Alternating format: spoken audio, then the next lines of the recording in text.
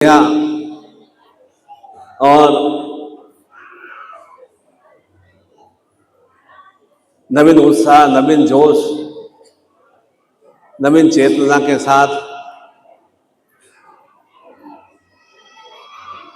नव वर्ष को हमने प्रारंभ किया है। शरीर वही है, परंतु आत्मिक शक्ति में एक नूतन जोश आता है, एक उमंग आती है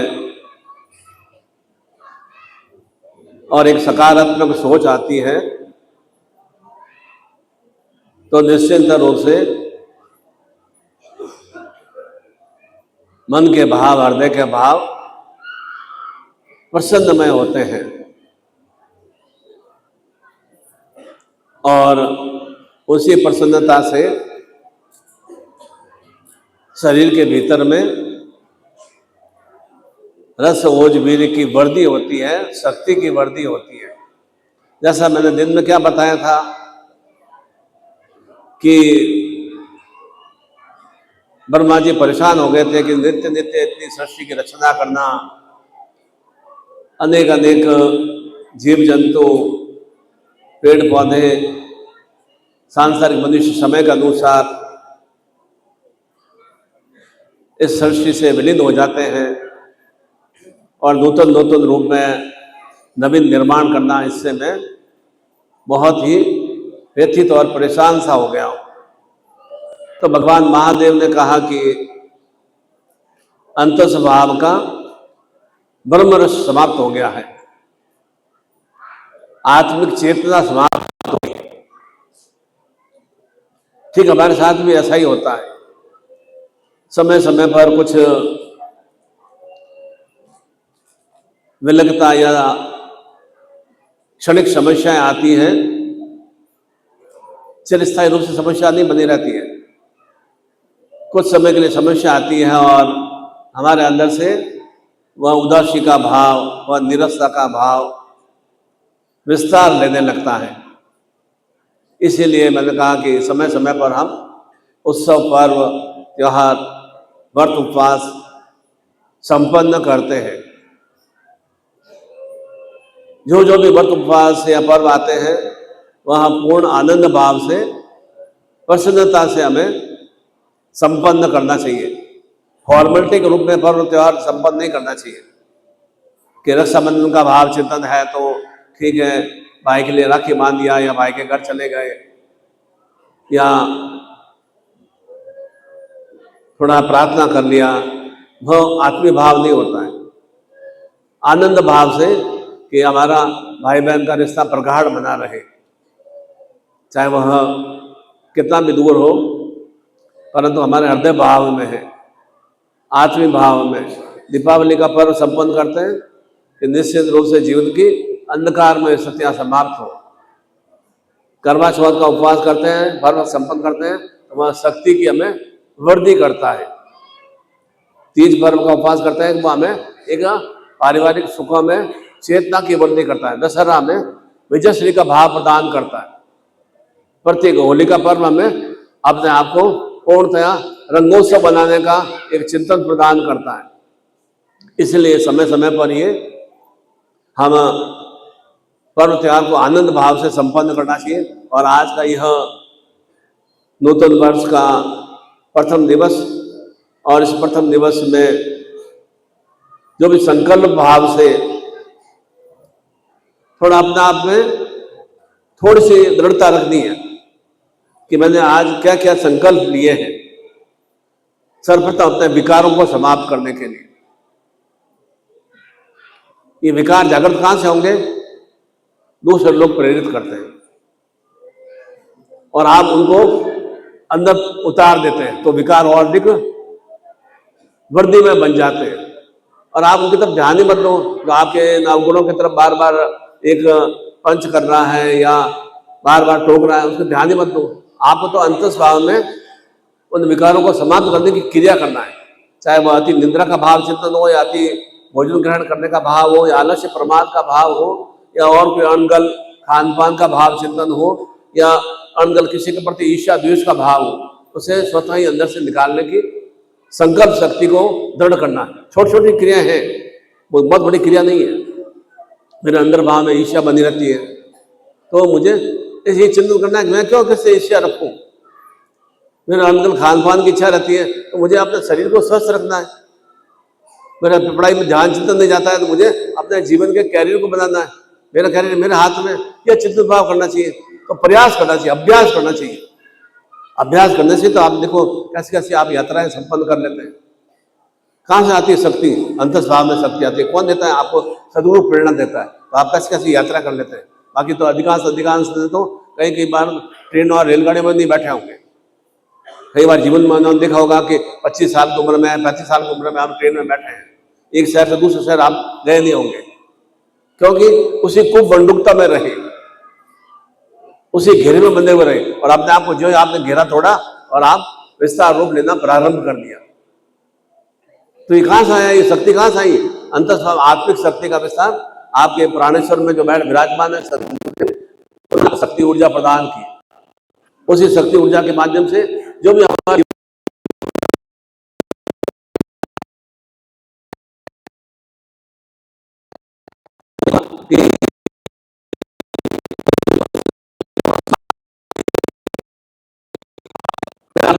परिवर्तन नहीं करूं और परिस्थिति मिल जाए, ऐसा संभव नहीं होता है।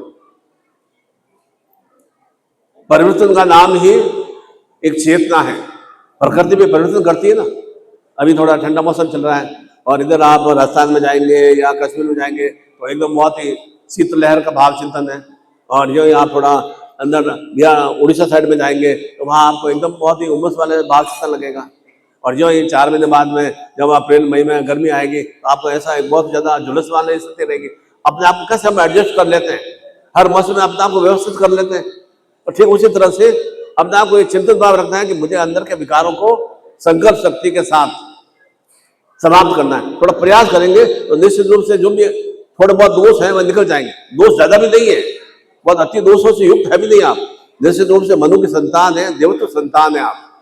इसलिए देवताओं का स्वरूप आपका वह क्षय मोह है।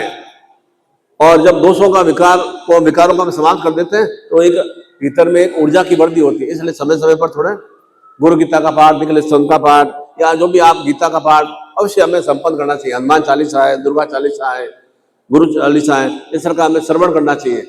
आरती भाव कैसे आपको आरती स्मरण हो गई, दुर्गा आरती कैसे आप बिल्कुल निर्भीक भाव से आप बोल लेते हैं। गुरु आरती है, लक्ष्मी आरती है, कैसे आप सबम स्तुति कैसे आप बोल लेते हैं।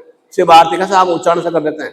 बार बार पढ़ा थोड़ी है, बार बार लोगों के साथ में आप ऐसे संगत में रहे और संगत के अनुसार आपके ऊपर भी पड़ गया कि आपको वह आरती है, मंत्र जाप है, वह चेतना आपको पूर्ण ज्ञान बुद्धि से परिपक्व होंगे। अर्थात आपके अंदर ज्ञान अपार रूप में भरा हुआ है, उस ज्ञान को जागृत करना है। को ज्ञान कम है और आप में निश्चित रूप से कोई तारीफ वाली बात नहीं है, आप में सही रूप से अच्छे अच्छे संस्कार भी हैं, अर्थात अच्छे अच्छे भाव चिंतन भी है, परंतु वे संस्कार अंतस्भाव में दबे हुए हैं, उन्हें जागृत नहीं कर पा रहे हैं। इसलिए आपके जीवन में उन संस्कारों के माध्यम से जो अच्छा प्रकाश में स्थिति आने से वे आ नहीं पा रही है। उन संस्कारों के सुसंस्कारों को जागृत करने के लिए ही वह एक दीक्षा का भाव चिंतन प्रदान किया जाता है कि मेरे अंतस्भाव में इतनी ताकत, इतनी ऊर्जा, इतनी चेतना, इतनी दिव्यता है और मैं इतना एकदम नपुंसक या बिल्कुल ही जीवनशील अवस्था में जी रहा हूं, जबकि है कुछ भी कमी नहीं, कुछ भी न्यूनता कुछ भी नहीं है। उन्हें समाप्त करने के लिए जो अंतस्भाव में अच्छी चेतना है उन्हें जागृत करना है, जो अच्छे संस्कार हैं उन्हें जागृत करना है। कैसे आप बोलने का आपका आचरण कैसा अच्छा है, आप कहीं गाली गलौज थोड़ी करते हो। आप कोई बहन बेटों के साथ मिलते हो कैसे आप प्रेम भाव से बात करते हो ना, तो ये अच्छे संस्कार की बात है ना। खान पान में अच्छी तरह से एक सुशोभित रूप से सभ्यता से आप खाते हो ना, जागरूकता थोड़ी खाते हो आप, ये अच्छे संस्कार है ना। बोलने का ढंग है, देखने का ढंग है, अच्छे संस्कारों के हिसाब से आप करते हो ना। ये निश्चित रूप से इन्हीं संस्कारों की वर्दी के भाव चिंतन से जो कुविकार आ रहे हैं वे निश्चित रूप से समाप्त हो सकते हैं। हाथ जोड़ लेंगे,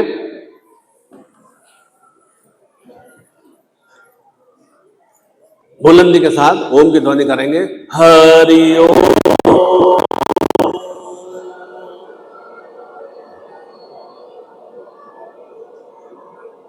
हरि ओम,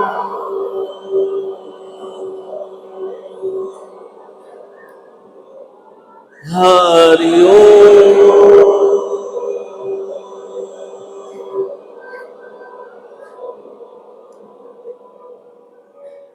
ओम लक्ष्मी नारायणाभ्या नमः, सची पुंद्राभ्या नमः, मात्र पितृ चरण कमलेभ्यो नमः, इष्ट देवताभ्यो नमः, ग्राम देवताभ्यो नमः, वास्तु देवताभ्यो नमः, सर्वेभ्यो देवेभ्यो नमः,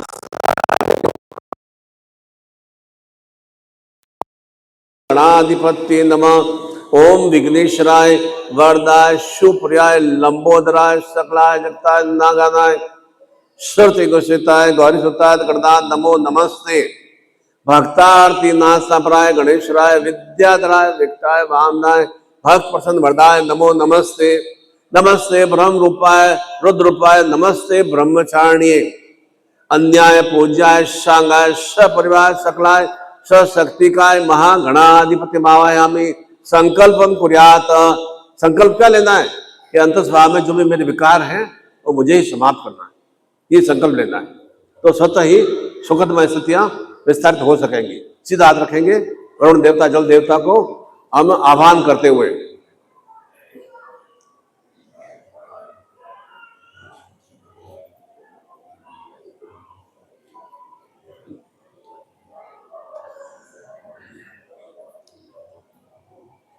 ओम विष्णु विष्णु विष्णु श्रीमद भगवतो महापुरुषस्यम विष्णुराज्ञां वर्तमानस्यम नित्य पराधरे श्री श्वेत वाराह कल्पे अष्टाविंतिते में कलयुगे जम्बूद्वीपे भूलोके भरतखंडे संवत 2082 पौष मासे शुक्ल पक्षे प्रदोष काले गुरु पुष्य दिवसे गुरु ग्रहे नूतन वर्ष दिवसे 1 जनवरी दिवसे गुरुवासरे बिलासपुर क्षेत्रे छत्तीसगढ़ क्षेत्रे महामाया क्षेत्रे भारतवर्षे निखिल गोत्रोत्पन्ने पूर्णतः सदगुरुदेव शरणाय कमलाय विंदे दीक्षाम धारयामी। अपने इष्ट का, अपने सदगुरुदेव का, कुल देवता का नाम का उच्चारण कीजिए, अपने माता पिता के नाम का उच्चारण कीजिए, पति पत्नी के नाम का उच्चारण कीजिए और अपनी संतान के नाम का उच्चारण कीजिए।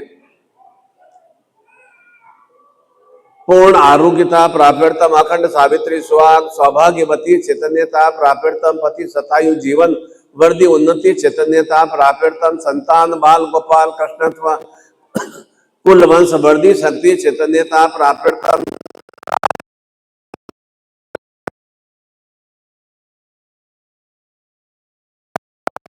जीवन भक्ति वर्धि चैतन्यता प्राप्यर्थम पिशाच घर बंधन शरीर बंधन कर्ज मुक्ति निवारणार्थम संपर्क दे ही। अब बोलिए तम चित्ते मम चित्ते तम प्राण मम प्राण तम चिंतय मम चिंतय तम आज्ञा सजीवन परिपालन। अब जो भी मन में इच्छा कामना हो और मन में धारण करते हुए जल को छोड़ देंगे कि आपके ही चित्त में मेरा चित्त है, अर्थात आपका हृदय मेरा हृदय एक रूप है। आप ही के प्राणमग में मेरा ही प्राण संचरित हो रहा है, आपके प्राणों के फलस्वरूप आपका निरंतर मैं चिंतन करता हूँ तो निश्चित रूप से मैं चिंता रहित बन जाता हूँ, चिंता मेरी समाप्त हो जाती है। और निरंतर निरंतर जो भी आप साधना पूजा वृद्धा आराधना जैसा भी मेरे भाव चिंतन से होगा उसका मुझे सुफल की प्राप्ति हो सके, वह मैंने एक संकल्प के साथ में अपने माता पिता कुल देवता गुरु और संतान का और पति पत्नी का नाम का उच्चारण करते हुए यह चिंतन किया है कि निरंतर निरंतर इसी तरह से मेरे भी कुल वंश में हर स्वरूप में सुख सौभाग्य की वृद्धि हो सके। आपको एक गिफ्ट दिया होगा, धागा दिया होगा आपको,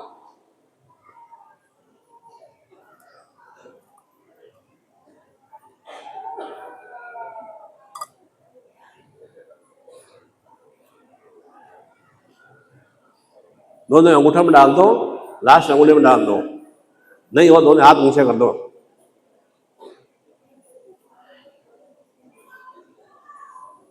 ओम यज्ञोपवीतम परम पवित्रम प्रजापति सहजम पुरुषात् आयुष्यम अग्र्यम प्रतिमुंजम शुभ्रम यज्ञोपवीतम बलमस यज्ञपति यश्यम। ओम शांति रस्तु ओम पुष्टि रस्तु ओम तुष्टि रस्तु ओम वर्धि रस्तु अविघ्नमस्तु आयुष्यमस्तु आरोग्यमस्तु शिव मस्तु शिव कर्मास्तु करम शरण ओम भगवती कात्यन प्रताम, भगवती माहेश्वरी प्रताम, भगवती रिद्धि कर प्रताम, भगवती वर्दी कर प्रताम, भगवती पुष्टि कर प्रताम। ओम सूर्य ज्योतिधारिम, चंद्रस ज्योतिधारिम, भौमस ज्योतिधार्यमि, ओम बुद्धस ज्योतिधार्यमि, गुरु बृहस्पति ज्योतिर्धार्यमि, ओम शुक्र ज्योतिधार्यमि, ओम शनिश्चर ज्योतिधार्यमि, छायागर राहु केतु युग भवितम यज्ञ पुरुषम ज्योतिर्धार्यमि। गले मानक का धारण कर दो।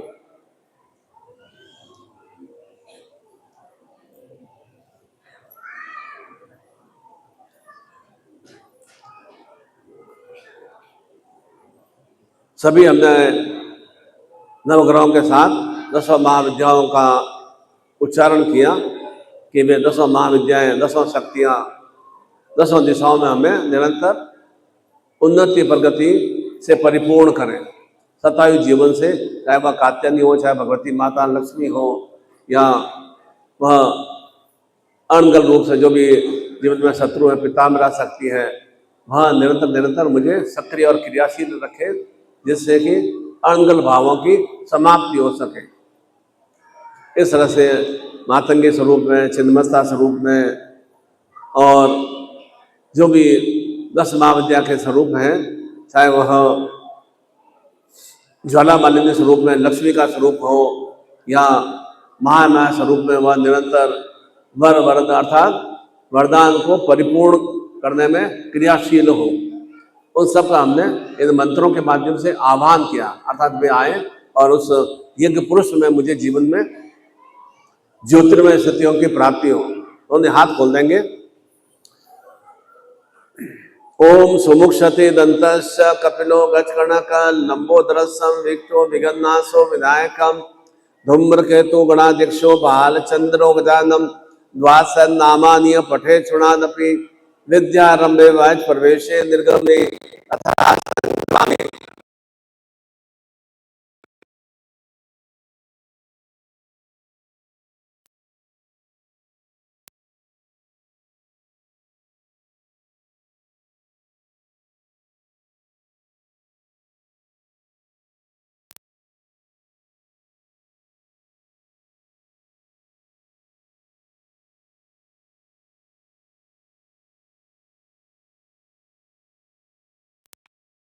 तारा बलम चंद्र बलम विद्या बलम देव बलम लक्ष्मीपते श्रामिम लाभस्तेषां जयस्तेषां कुतस्तेषां पराज्यम ये शाम इंदिवर श्यामो यत्र योगेश्वर मूर्तिधुरा नितिर्मतम अनन्यास्य मायजना परिपास से तेषां नित्याना भोक्ताना इक्षोभाम्यम स्मरते सकल कल्याणम भाजम यत्र जायते पुरुषम तमंजम नित्यम अजनि हरिम सर्विश्राम कार्येषु त्रिस्त्रिभुवनेश्वराम देवामदि संतूनम सिद्धिम वक्रतुंड महाकाय कोटि सूर्य निर्विघ्नम कुंडे सरकार सरदाम ओम हिणवणाम हरणी स्वर्णजाम चंद्राम हिणमी लक्ष्मी जात वेदो माव तामाव जात वेदो लक्ष्मी मनपा गामिनीम ईश्याम हृणय विंदे कामस्वम पुरुषादम अश्व पूर्णामृत मध्याम हस्तिना प्रवीण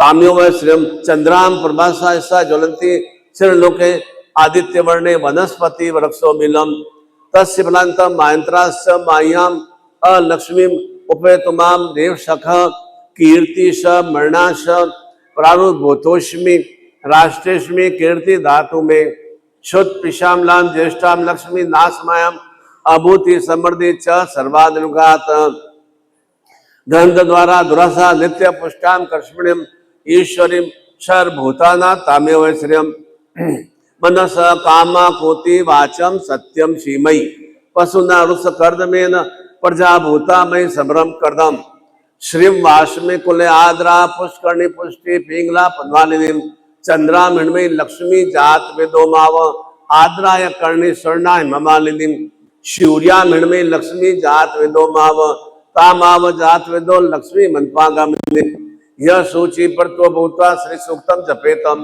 ओम गणात्वाम गणपति को हवामहि प्रणपति को हवा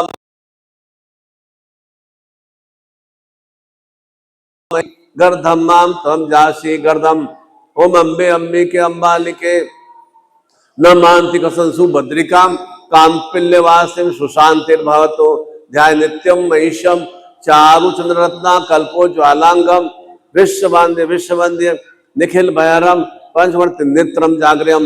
ओम नमो संवाय च शंकराय च महेश्वराय च शिवाय च शिवतराय च पूर्णतम गुरु प्रार्थना कुर्यात। आत्मी भाव से गुरु प्रार्थना करेंगे। गुरुर् ब्रह्मा गुरुर्विष्णु गुरुर्देवो महेश्वराय गुरु साक्षात् परब्रह्म तस्मै श्री गुरुवे नमः। ध्यान मूलम गुरुर्मूर्ति पूजा मूलम गुरुर्पदम मंत्र मूलम गुरुर्वाक्यम मोक्ष मूलम गुरुर्कृपा गुरु कृपा ये केवलम गुरु कृपा ये केवलम गुरु कृपा ये केवलम तमेव माता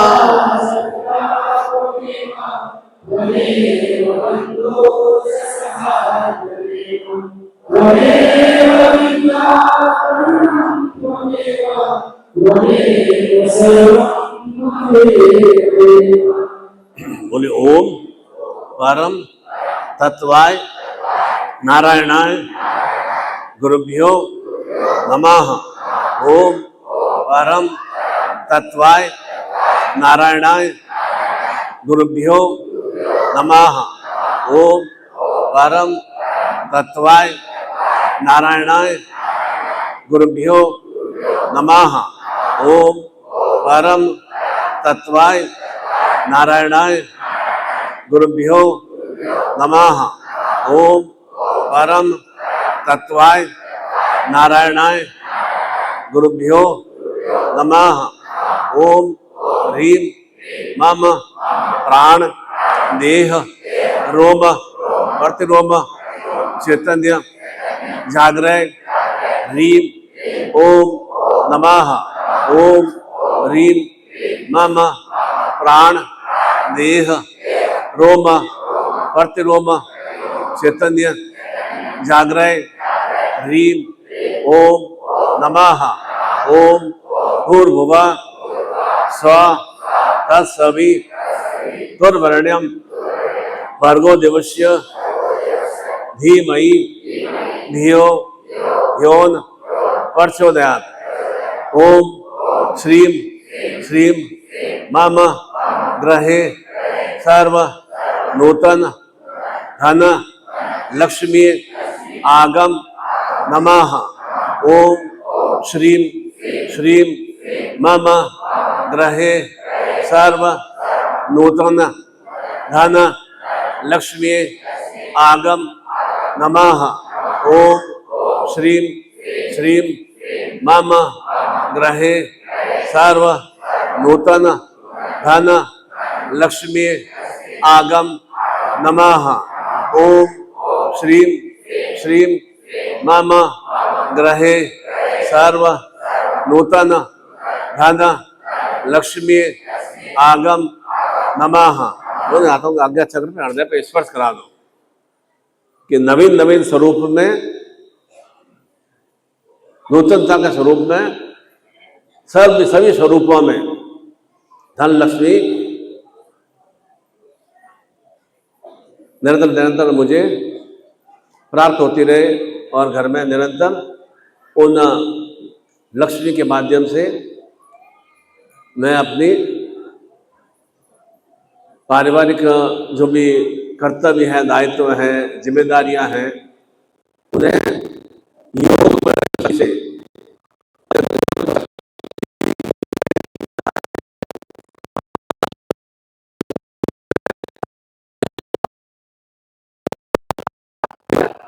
सरस्वतियों का विस्तार हो सके।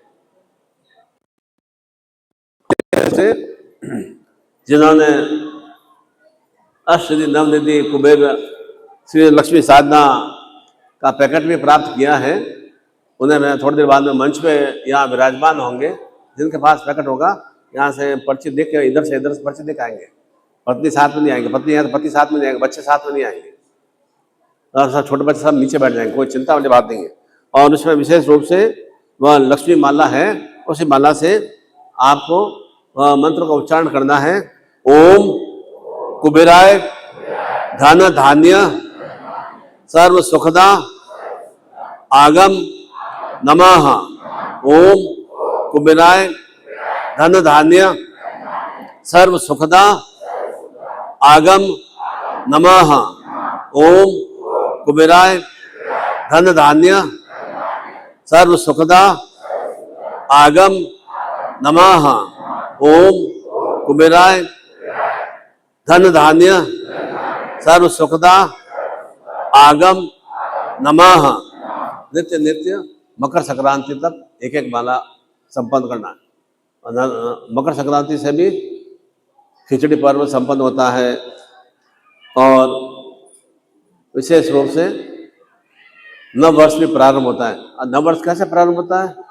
क्योंकि उस समय सूर्य अभी दक्षिणायन में गतिशील है और वह जब मकर संक्रांति से वह उत्तरायण की ओर गतिशील हो जाएगा। उस उत्तरायण की ओर गतिशील होने के माध्यम से जो भी यह मल मास चल रहा है, सातवां मास चल रहा है, वह पूर्ण हो जाता है और उसके बाद में 14 जनवरी के बाद में शुभ मंगलमय गृहस्थ जीवन के कार्य हम संपन्न करते हैं और अगले 6 माह तक वह गृहस्थ कार्यों में हम सुश्रेष्ठता से परिपूर्ण होते हैं। धन धान्य की अभिवृद्धि होती है। और कुबेर साधना करने का भाव चिंतन क्या है? कुबेर को किसने बंदी बनाया? कुबेर को रावण ने बंदी बनाया और उस बंदी भाव से, और वह शिव का भक्त था और भक्ति भावना के माध्यम से पूरी पूरी नगरी उसकी स्वर्ण की बन गई, सोने की लंका बन गई। परंतु जहां पर ज्ञान का या बुद्धि भाव चिंतन का अहम आ जाता है, वहां अधोगति की ओर गिरने की क्रिया प्रारंभ हो जाती है। और रावण में भी ऐसा ही भाव चिंतन आया और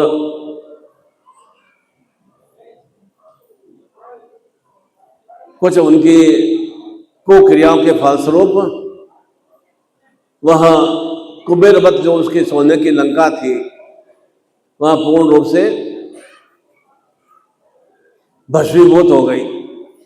अर्थात जिसके पास भी धन आगम हो और वह धन का अभिमान करता है और वह धन का निरंतर निरंतर संचय ही करता है, तो वह धन जो है उसके जीवन को नारकी में बना देता है और उसके भाव चिंतन से अनेक तरह की विषम स्थितियां विस्तारित हो जाती हैं। देखो, राजा महाराजा के पास अकूत धन था, सोने चांदी हीरे जवाहर का अकूत भंडार था। परिणाम क्या मिला? सब साम्राज्य खत्म हो गया।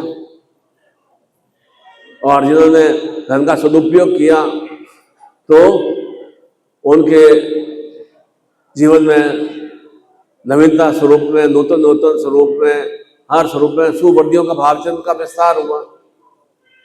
और उसी भावचंद से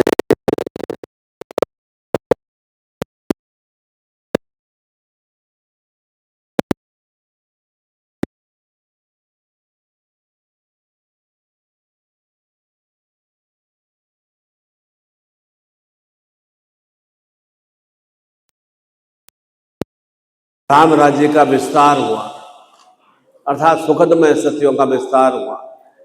तात्पर्य क्या? जहां जहां कुबेर स्थापित होते हैं वहां वहां हर रूप में धन लक्ष्मियों की अभिवृद्धि होती है। इसीलिए आज इस प्रदोष पर्व पर वह हम कुबेर लक्ष्मी साधना संपन्न करेंगे और इसे 14 दिन तक पूजा स्थान में नित्य नित्य एक माला संपन्न करना है।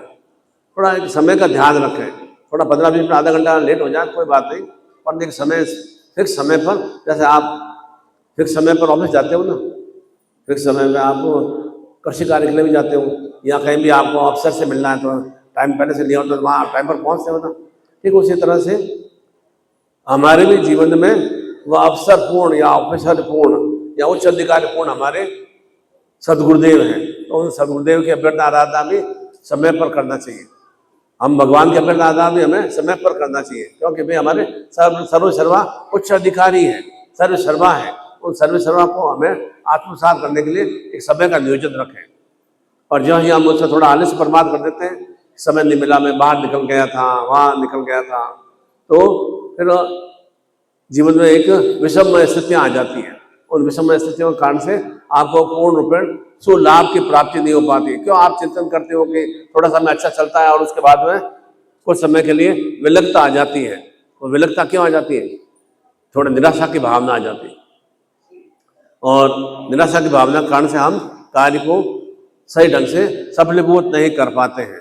इसलिए एक अच्छे कवि ने भी लिखा है कि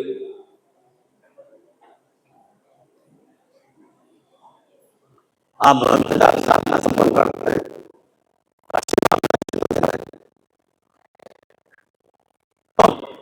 कुछ कर्मों का दोष होता है, कुछ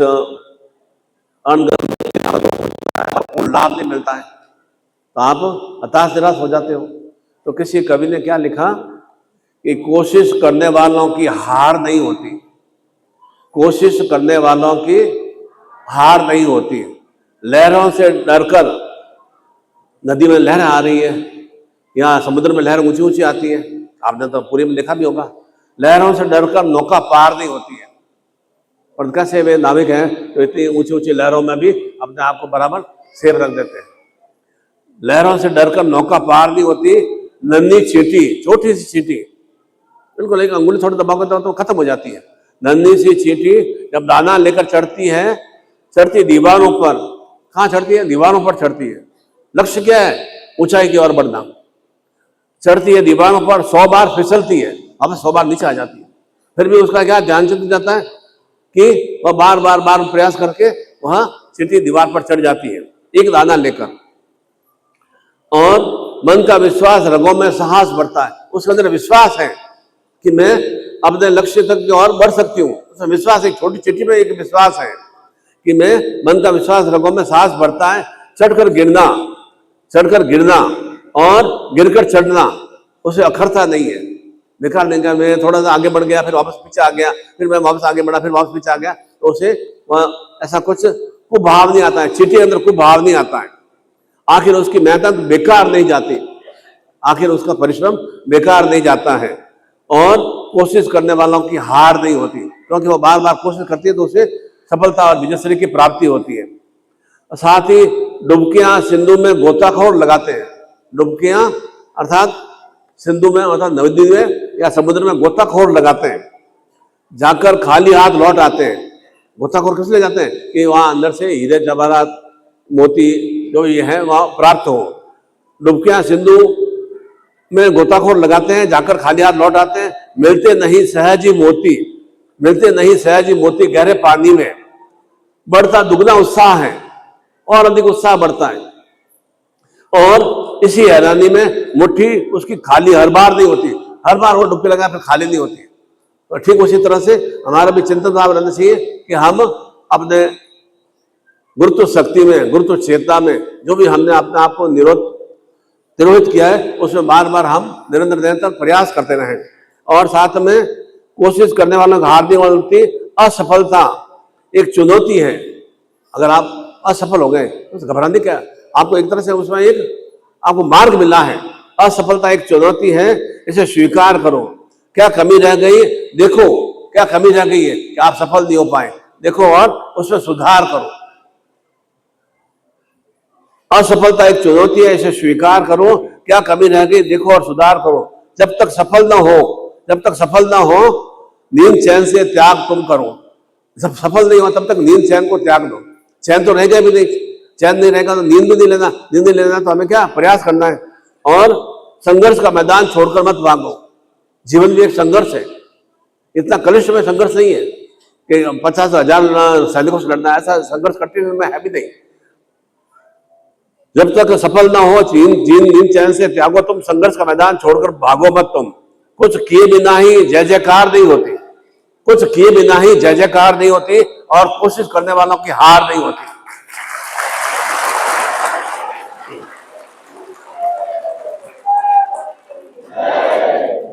इसीलिए निरंतर आप कोशिश करते हैं कैसे अपने आप को शिक्षा से, ज्ञान बुद्धि से कोशिश करते हुए एक श्रेष्ठ पद को प्राप्त किया, कैसे आपने मेहनत करके अपने व्यापार को अच्छा खड़ा किया, कैसे आपने इन प्रयास अच्छे करके परिवार में कुल वंश में वृद्धि किया। तो कोशिश किया ना, जब कोशिश किया तो बराबर ये चिंतन रहा कि मुझे हारना नहीं है।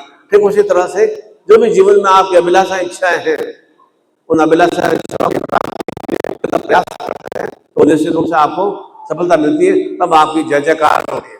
कल मैंने क्या बताया था, ऐसे ही कोई गुरु की भगवान की जय जयकार नहीं करता। निश्चित रूप से उसमें ऐसी कुछ दिव्यता और चेतना होती है, तब हम भगवान की जय जयकार करते हैं। नेताओं की जय जयकार नहीं होती है, या कोई भी राजा महाराजों की जय जयकार नहीं होती है, होती है ऋषि मुनियों की जय जयकार होती है, गुरुओं की जय जयकार होती है, भगवान की जय जयकार होती है। क्योंकि वो निरंतर हमें सुज्ञान देते हैं और हमारे अज्ञान को समाप्त करते हैं। और अज्ञान को जो जो समाप्त हो जाता है तो जीवन में प्रकाशमय सत्यों का विस्तार हो जाता है। इसलिए आप इन 14 दिवसों में भी वह कुबेर साधना संपन्न करेंगे तो निश्चित रूप से आपको सुफल की प्राप्ति होगी। निश्चित रूप से ऐसा नहीं कि वह रावण के पास ही वह कुबेर भगवान थे तो वे मतलब धन के अधिपति थे और धन के रक्षक भी थे। राम ने कैसे उसे आत्मसात किया, कैसे वे अयोध्या में आ गए, किस तरह से भगवान श्री कृष्ण मथुरा वृंदावन छोड़कर द्वारका में आ गए, द्वारका छोड़कर कुरुक्षेत्र में चले गए, और कैसे उन्होंने पांडवों का साथ देकर विजयश्री से युक्त हो गए, कैसे भगवान जगन्नाथ पुरी में विराजमान हो गए। तो निश्चित रूप से कुछ न कुछ उनमें एक दिव्यता का भाव जितना, वो ठिठके नहीं, एक जगह उन्होंने खूब बंडुकता नहीं रखी। तो हमें भी अपने आप को खूब बंडुक या ठिठक के नहीं रहना है, अपने आप में निरंतर एक प्रयासरत रहना है, निरंतर भ्रमणशील बना रहना है। अर्थात भ्रमणशील बनने का मतलब जीवन में एक गतिशीलता का भाव बना के रखना है, भटकने का भाव चिंतन नहीं रखना है। जो समय मिला है उसका सही समय पे हमें सदुपयोग करना है। अभी मेरे 20 साल की उम्र है तो मेरा ज्ञान बुद्धि शिक्षा से परिपूर्ण होना है। अभी मैं नौकरी कर रहा हूं तो मुझे अच्छी तरह से नौकरी में बराबर ध्यान देना है जिससे प्रमोशन की प्राप्ति हो। अभी मैं व्यापार कर रहा हूं तो मुझे व्यापार में बराबर निमग्न रहना है जिससे कि और अधिक व्यापार में वृद्धि हो सके। अपनी मधुर वाणी का विस्तार करना है, क्योंकि मधुर वाणी के माध्यम से ही आप, चाहे वह पत्नी हो, पति हो, बच्चे हो, संतान हो, पारिवारिक सदस्य हो, या ग्राहक हो, या आपके अधिकारी हो, उनको आप संबोधित कर सकते हैं, अपने वशीभूत कर सकते हैं केवल मधुर वाणी के माध्यम से। कोई लेन देन के माध्यम से वशीभूत नहीं होंगे। मधुर वाणी होना चाहिए, अंतस्भाव, हृदय भाव से मधुर वाणी होना चाहिए। कटु वचन से आप कितने भी ऊंचे से ऊंचे अधिकारी हैं, कितने भी ऊंचे पद पर आसीन है, गुरु पद पर आसीन है, भगवान पद पर आसीन है, वह आपको बिल्कुल अधोगति की ओर अग्रसर कर देगा। इसलिए थोड़ा क्या पता है, थोड़े से संकल्प भाव में थोड़ा सा अपने आप में एक नियोजित होना है, छोटे छोटे संकल्प भाव लेने हैं। तो निश्चित रूप से इस नूतन वर्ष से आपके जीवन में हर स्वरूप में ऐसी सुकृत रूप में, सुश्रेष्ठ रूप में क्रियाओं का विस्तार हो सकेगा। और जैसा मैंने बताया था कि यह चिंतन नहीं करना है कि जीवन चल रहा है, बस बीत रहा है। अरे बिताने के लिए समय जीवन नहीं मिला हमें, जीवन में कुछ उत्साह उमंग के साथ में अपने आप में वृद्धि करने के लिए जीवन मिला है। ऐसे बिता समय काट रहे हैं। अरे समय क्यों काट रहे हैं? आपका जीवन कट रहा है, उल्टा समय को काट रहे हैं गुरुजी। समय बीत रहा है, बिता रहे हैं, दिन हो जाता है, उठ गए, फ्रेश हो गए, खाना टिफिन ले लिया, चले गए, और वापस शाम को आए, टिफिन रख दिया, निंदा होकर सो गए। बस ये क्या एक जीवन है? पशु जीवन है क्या? ये समय काटने वाले स्थितियां नहीं है हमारे पास में। समय को किस तरह से आनंद भाव से व्यतीत कर, अंतस्भाव में प्रसन्नता आएगी, अंतस्भाव में निराशा की भावना आएगी। तो निराशा कैसे समाप्त करना है? और एक चिंतन भाव होना चाहिए। मैं प्रसन्न भाव से अपने कार्यालय ऑफिस में जा रहा हूँ, नौकरी में जा रहा हूँ, प्रसन्न भाव से व्यापारिक स्थल पर जा रहा हूँ, प्रसन्न भाव से जाना चाहिए। तो उसमें उत्साह जोश की वृद्धि होती है और सामने वाले को भी हम संबोधित कर पाते हैं। और ठीक उसी तरह से कि अगर आप समय का सदुपयोग नहीं करेंगे तो क्या होगा? जीवन में दुरुपयोग वाले स्थितियों की वृद्धि होगी। अर्थात दुरुपयोग मतलब पिछड़ जाओगे, समय आगे निकल जाएगा, आप पिछड़ जाओगे, फिर आपके हाथ में कुछ भी नहीं रहेगा। समय मेरे हाथ से निकल गया, मेरे पास अपॉर्चुनिटी थी, मौके थे, समय मेरे हाथ से निकल गया, फिर आप पिछड़ जाओगे और आप और पीछे पीछे होते रहोगे। और जीवन में वह एक निरस्ता का, उदासी का, अवसाद वाला, रोग कष्ट पीड़ाओं वाला स्थितियों का विस्तार होगा। इसलिए जीवन में उदासी निरस्ता आने ही नहीं, क्षणिक रूप में आए और उसे त्यागने की कोशिश करें। चिंताओं को लेकर माथा पकड़े के बैठने की आवश्यकता नहीं है। और साथ ही साथ में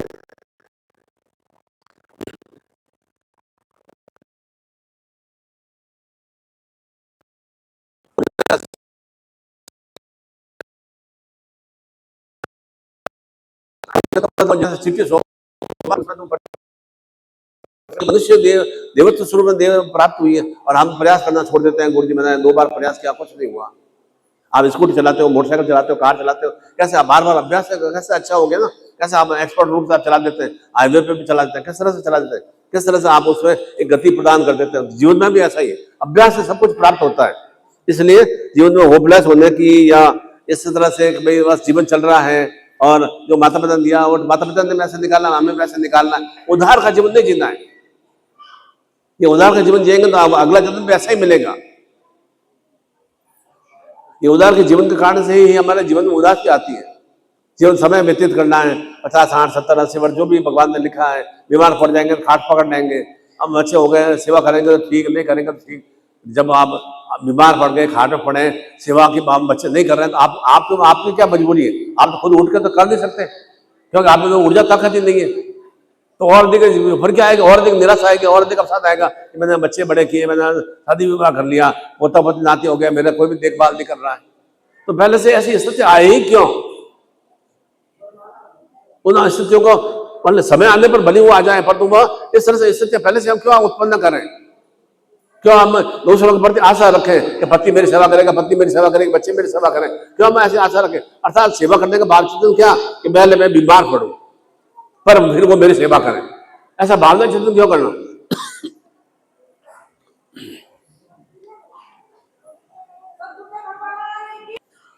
आप में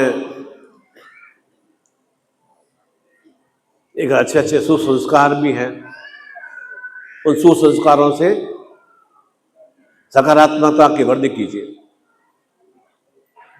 अच्छे अच्छे विचारों की वृद्धि कीजिए। अच्छे विचार आएंगे तो निश्चित रूप से अच्छे कर्म करने का चिंतन भाव भी आएगा, और अच्छे चिंतन भाव आएंगे तो निश्चित रूप से आपको उसमें अच्छी सफलता भी प्राप्त होगी।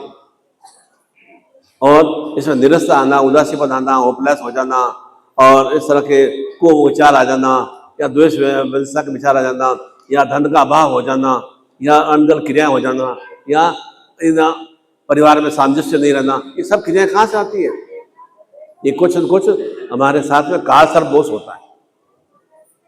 जो काल सर्प दोष, 12 तरह के काल सर्प दोष होते हैं। ये काल दोष का सर्प दोष के फलस्वरूप हमें ऐसी विषम स्थितियों की प्राप्ति होती है। प्रारंभ में क्या होता है? डर भय लगने लग जाता है, अकारण डर भय लगने लग जाता है। कोई घर में सब कुछ, हमारे बच्चे हमसे छोटे हैं और पति भी ठीक ठाक है, पर तो फिर भी अकारण निराशा आ जाती है, उदासीपन आ जाता है, डर भी लगने लग जाता है। अपना भी डर कुछ भी नहीं है घर में, कोई ऐसा भी नहीं, कोई अंदर राक्षस बैठा है कोई घर में, ऐसा भी नहीं है, और फिर डर और भय से ग्रसित रहते हैं। और साथ साथ में क्या, जब ये डर भय प्रवेश करता है तो बुरे बुरे सपने आते हैं। कोई मेरा गला दबा रहा है, कोई मेरी छाती पे बैठ गया है, कोई मेरे मतलब बिल्कुल माथे पे ऐसा जोड़ रहा है, कोई मेरे कानों में अलग अलग तरह का गुंजन हो रहा है, गंदा गुंजन हो रहा है, कोई गाली गलौज कर रहा है, मैं बड़बड़ाने लग जाता हूँ। ये बड़बड़ाना, ये गाली गलौज करना, छाती पे बैठना, ये बुरे सपना आना, ये सभी काल सर्प दोष के फलस्वरूप होता है। इस काल सर्प दोष के फलस्वरूप एक और अधिक जीवन में रुग्णतामय या व्याधिमय स्थिति आ जाती है।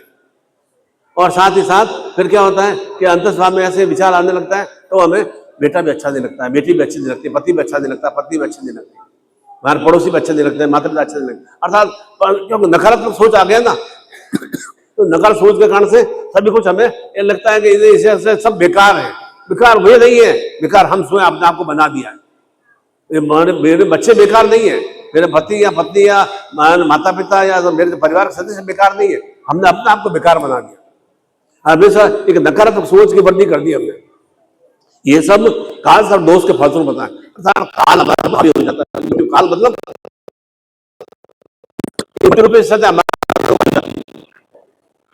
मृत्यु का मतलब जो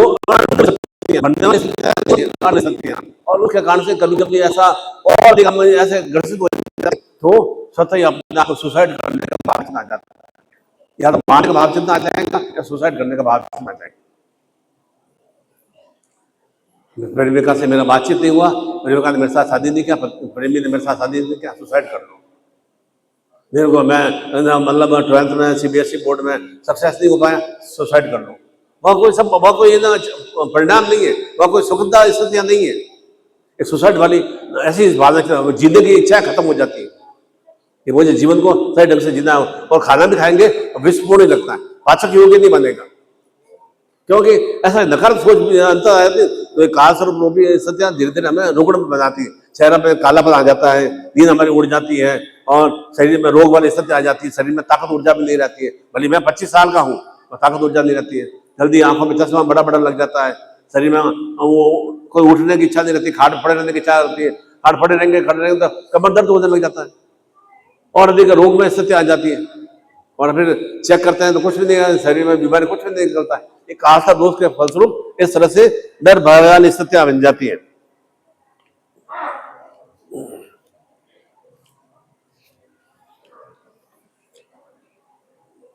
इसीलिए ऐसे संतापों से निवृत्ति के लिए, चाहे वह दुख रूप में हो रहा हो, कष्ट रूप में हो रहा हो, हमेशा एक चिंतन रखो, यह समय भी निकल जाएगा। कष्टपूर्ण समय भी आया है, यह चिंतन को, यह समय भी निकल जाएगा। ऐसे 2025 पूर्ण हो गया ना, समय निकल गया ना। आज कम से कम नया वर्ष प्रारंभ हुए 18 घंटे हो गया ना कम से कम, तो कैसे आपने कैसे सही ढंग से उसको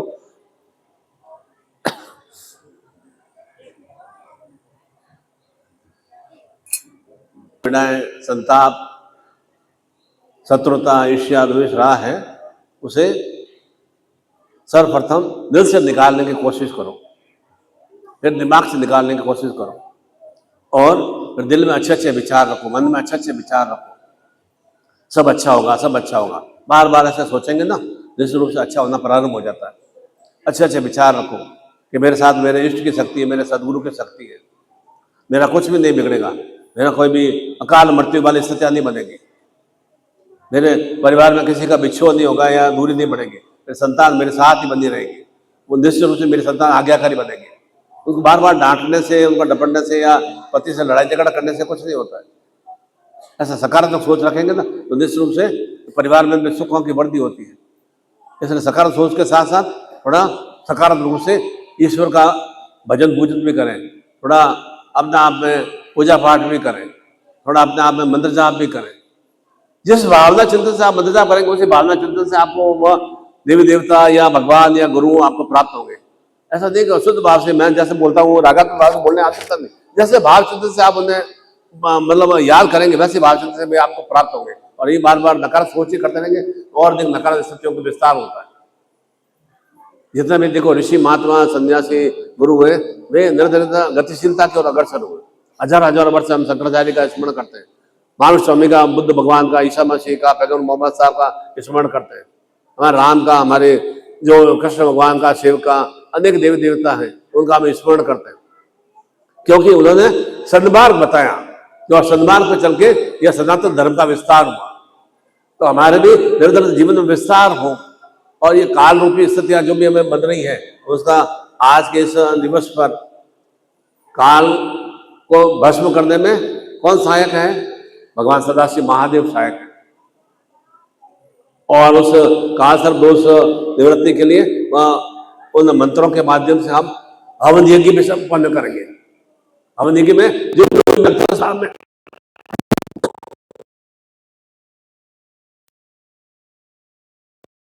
हो सके, उसमें अग्नि आहुत करना है। अग्नि आहुत करेंगे तो वह जो अग्नि की ज्योतिर्मय स्थिति आएगी, इस जीवन में प्रकाश में स्थितियों का विस्तार होगा।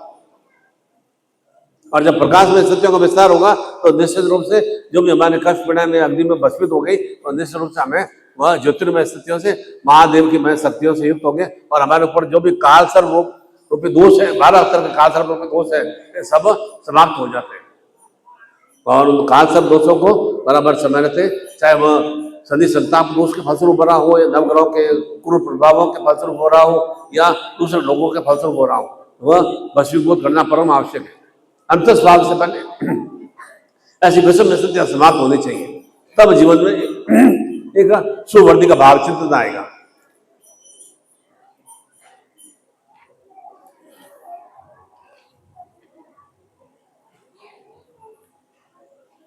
और क्या मंत्र का उच्चारण करेंगे?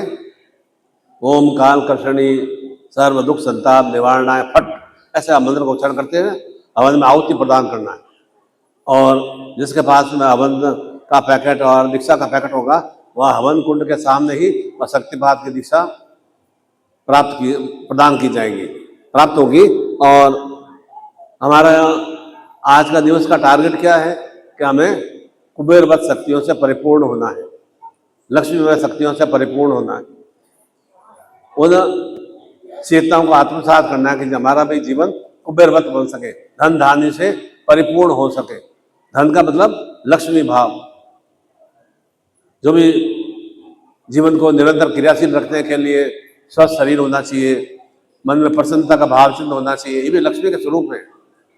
सुलक्षणा पत्नी और ज्ञानवान पति भी होना चाहिए, संतान सुख की प्राप्ति हो, भूभवन की भी प्राप्ति हो, वह सब कुबेरवत शक्तियों से प्राप्त होता है। और जब कुबेर को आधिपत्य कर लेते हैं, क्योंकि जिस तरह से कुबेर चंचल स्वरूप में, चंचला स्वरूप में बढ़ती रहती है,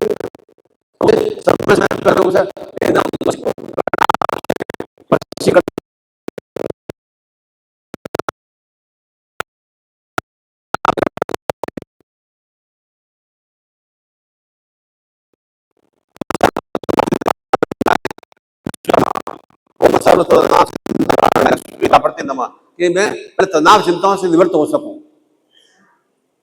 उस मंत्र के माध्यम से भी आप आहुति संपन्न करेंगे और उसके बाद शक्तिपात की दीक्षा आत्मसात करेंगे। और जो भी और काल शक्ति से, काल सर्व दोष निवारण से जो भी आपके जीवन में डर भय है, अधिकांश रूप में हमारा डर भय से ग्रसित रहते हैं, अकारण भय।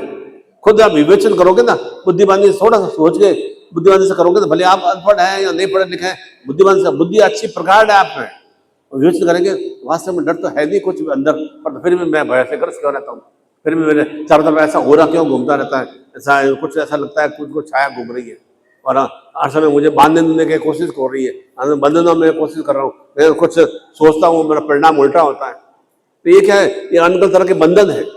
उन बंधनों के नाश के लिए वह काल सर्प दोष निवारण और हवन के साथ में, हवन आहुत संपन्न करने के बाद वह दीक्षा वहीं पर आपको प्राप्त होगी। अभी विशेष रूप से जो भी ये अरुण मिश्रा जी और नरेश मिश्रा जी एक लाइन इधर बनाएंगे, इधर बनाएंगे, जिनके पास भी कुबेर धन लक्ष्मी और सहस्र लक्ष्मी माला है, वे यहाँ पर विराजमान होंगे।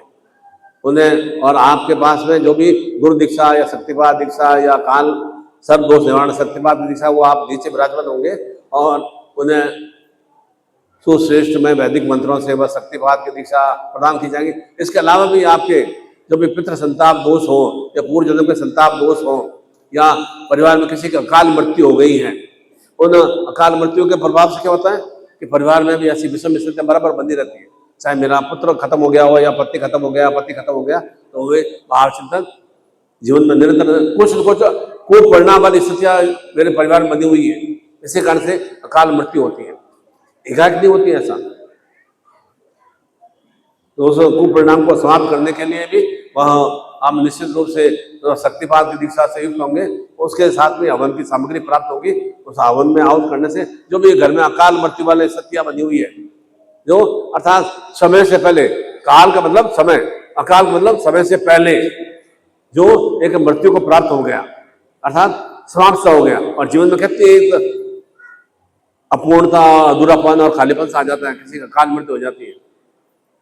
तो उससे निवृत्ति के लिए भी और जो भी आप जीवन में और अपने उत्थान के लिए और वृद्धि के लिए क्या क्या आपके भाव चिंतन है, उनकी भाव चिंतनों की प्राप्ति के लिए वह आप शक्तिपात की दीक्षा से युक्त होंगे तो निश्चित रूप से आपके जीवन में सुखदमय स्थितियों का विस्तार होगा। और पुनः मैं आपको कहूँगा कि आपके पास में इस नूतन वर्ष का प्रथम दिवस है और प्रथम दिवस पर ही नूतन रूप में आप अपने आप को सदगुरुमय शक्तियों से परिपूर्ण करने के लिए नूतन गुरु चादर धारण करेंगे और साथ ही साथ में श्रीफल से भी युक्त होंगे, उसके साथ में शक्तिपात की दीक्षा प्राप्त होगी।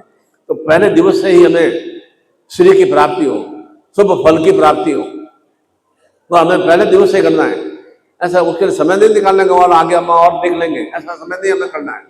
तो हमें इस तरह से एक सुभाव चिंतन से, मैंने जो जो आपको क्रिया बताई, तो सुभाव चिंतन से आप क्रियाओं से युक्त होंगे तो निश्चित रूप से आपके जीवन में सुखदमय स्थितियों का विस्तार होगा। और ऐसा ही भ्रमण कर रहे थे, एक थोड़ा वृद्ध अवस्था में था और एक युवा अवस्था में था। भ्रमण करते एक गांव से दूसरे गांव जा रहे थे, बीच में नदी आ गई। नदी आ गई। अब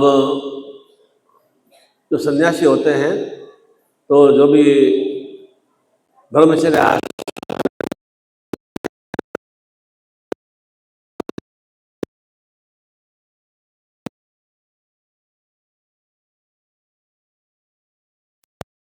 पूजा साधना करना है, किस तरह से गांव का भ्रमण करना है और वहाँ जो भी इन अन्न प्रसाद रूप में मिलता है उसे कैसे प्रसन्न भाव से ग्रहण करना है, और जो भी यज्ञ हवन करने की क्रिया भी सिखाई जाती है। और साथ साथ में कुछ युगा परिणाम की क्रिया भी बराबर संपन्न होती है, और जो भी और दूसरी भी क्रियाएं होती है वे भी, चाहे वह तैरने वाली क्रिया हो या घुड़सवारी की क्रिया हो या कहीं और भ्रमण की क्रिया, वह भी सिखाया जाता है, जिससे कि निरंतर निरंतर उसमें रस की वृद्धि होती है।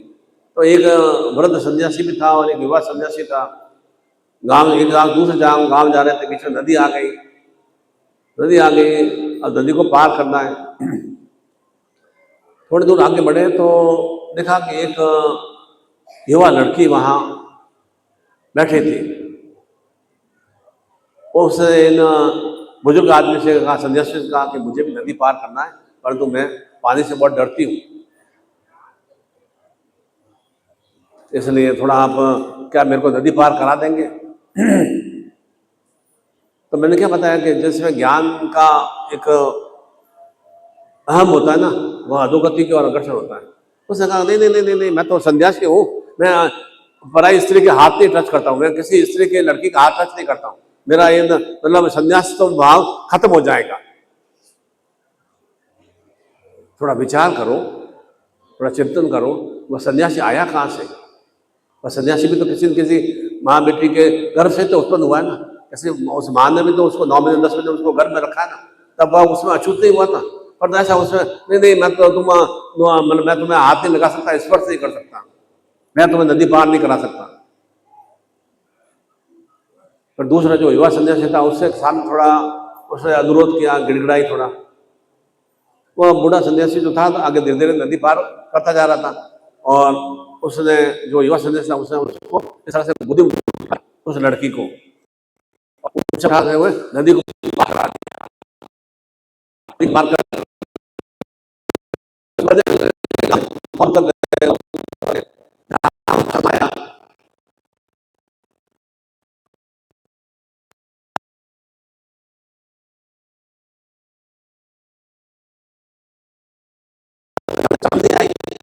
स्त्री के स्पर्श कर दिया, स्त्री को गोदी में उठा दिया, तुम्हें शर्म नहीं आया? है ना, धिक्कार है, मैं ना गुरु महाराज से ना शिकायत करूंगा।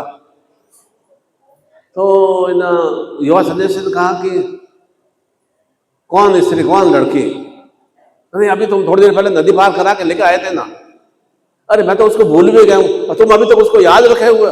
इतनी यात्रा करने के बाद उसको तुम्हारे दिमाग में वो लड़की के प्रति याददाश्त बनी हुई है, याद बनी हुई है, तुमने उसको भूलने की कोशिश नहीं की। मैं तो कब का छोड़ के उसको भूल भी चुका हूँ और तुम बार बार उसका स्मरण कर रहे हो। जीवन में ऐसा ही होता है कि हम कोई भी लड़का लड़की पे आपस में बात करते हैं ना, तो अंदर दिमाग में कुछ को विचार आते हैं।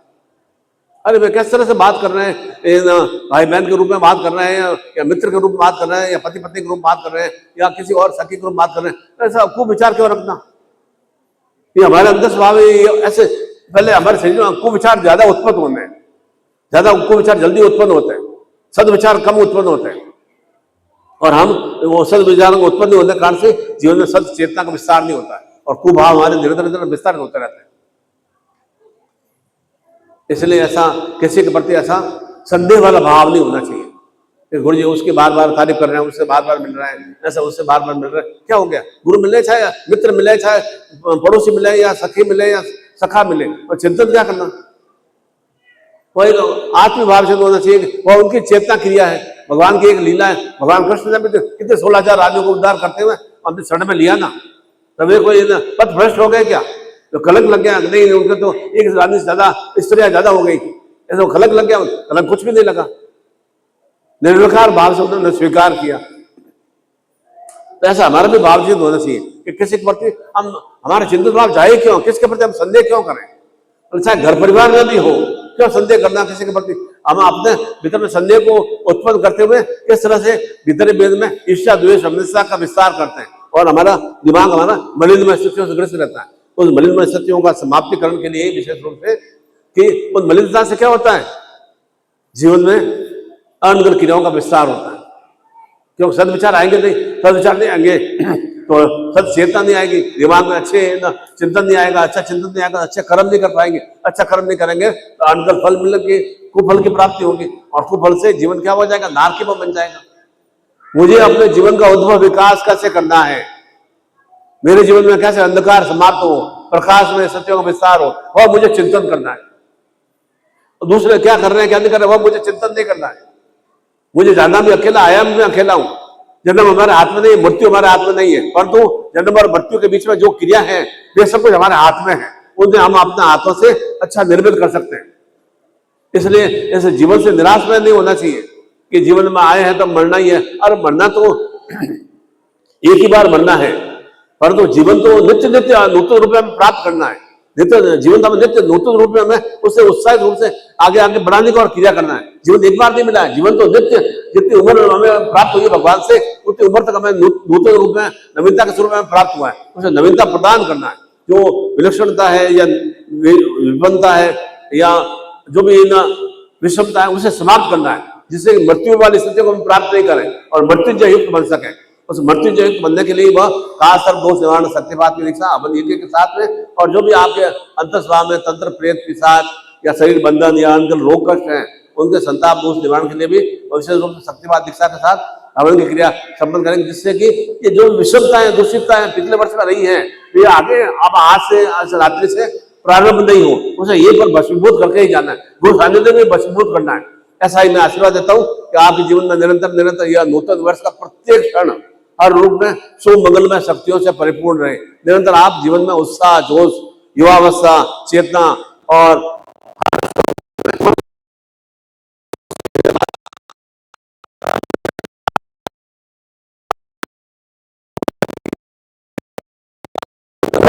भगवान की जय। ओम